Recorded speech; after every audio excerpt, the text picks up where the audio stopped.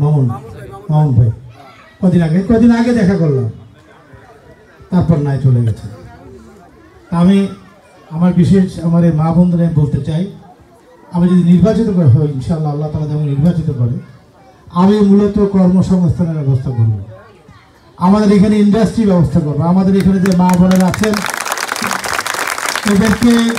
এদেরকে আমি ট্রেনিংয়ের ব্যবস্থা করব, এদেরকে আমি হাতের কাজ শেখাবো, বিভিন্ন ট্রেনিং আছে, সরকারের অনেক প্রশিক্ষণের ব্যবস্থা আছে, আমরা জানি না, জানেন, কিন্তু আমরা জেনেও আমরা কিন্তু করতে পারি না। আপনার মানুষের জন্য উপকার করতে হলে নিজের পকেটে টাকা খরচ করতে হয় না, আপনার জানতে হয় কিভাবে আপনার সরকারের মাধ্যমে উপকার করা যায়।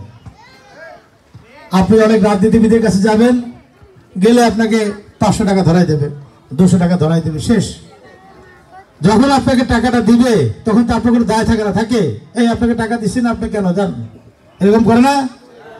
আমি এই টাকা দেয় বিশ্বাসী না। আপনি আমার কাছে যে কাজে আসছেন সেই কাজের আমি সমাধান করে দেব। যদি কেউ আসে যে আমার বাসায় সত্যিকারে বাজার নাই, তাকে আমি বাজার করে দেব, এটি কিন্তু হওয়া উচিত। আমরা আসছি, একজন অসুস্থ রোগী, আমার বাবা বাসায় অসুস্থ, আমার বাবার জন্য কিছু টাকা দেন, বলে না? তা আমার কথা হলো, বাবাকে হসপিটালে নিয়ে যান, তাকে সুস্থ করেন, তাকে সুস্থ করতে যে টাকা লাগে সেটা আমি দেবো, কিন্তু বাবাকে আগে সুস্থ করতে হবে। কারণটা হলো, আপনার সেই বাবা বা স্বামী বা ভাই অসুস্থ, আপনি যখন তাকে কেউ 1000 টাকা দিল আপনাকে, আপনি বাসায় গিয়ে দেখলেন যে বাড়িতে চাল নাই, ডাল নাই, তখন চিন্তা করলেন যে এখান থেকে চাল ডাল কিনে পরে আবার চিকিৎসা করাবো, এটা হচ্ছে না? হচ্ছে না বলেন? আমি তো জানি, আমার পরিবার থেকে আমি দেখেছি না।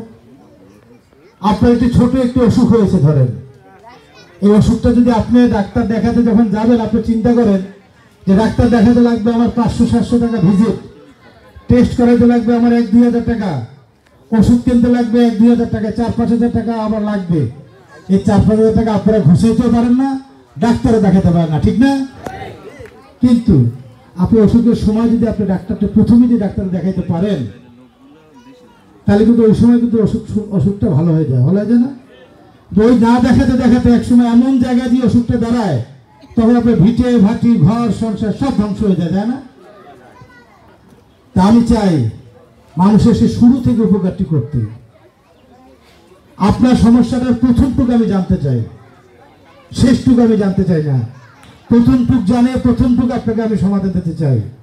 আপনার দুঃখের সময় আমি থাকতে চাই, আপনার সুখের সময় আমাকে না থাকলেও চলবে, কিন্তু আমি মানুষের দুঃখের সময় থাকতে চাই। আমি আপনাদেরকে বলবো, এরা প্রকৃতভাবে অসহায়।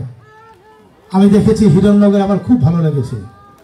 আমাকে অনেকে বলেছে, ভাই আমাদের লাগবে না, এই পরিবারটা খারাপ, আমাদের লাগবে না, এই পরিবারটা খারাপ অবস্থা, আমাকে বলছে, আমার খুব ভালো লেগেছে। শোনেন, যারা সাধারণ মানুষ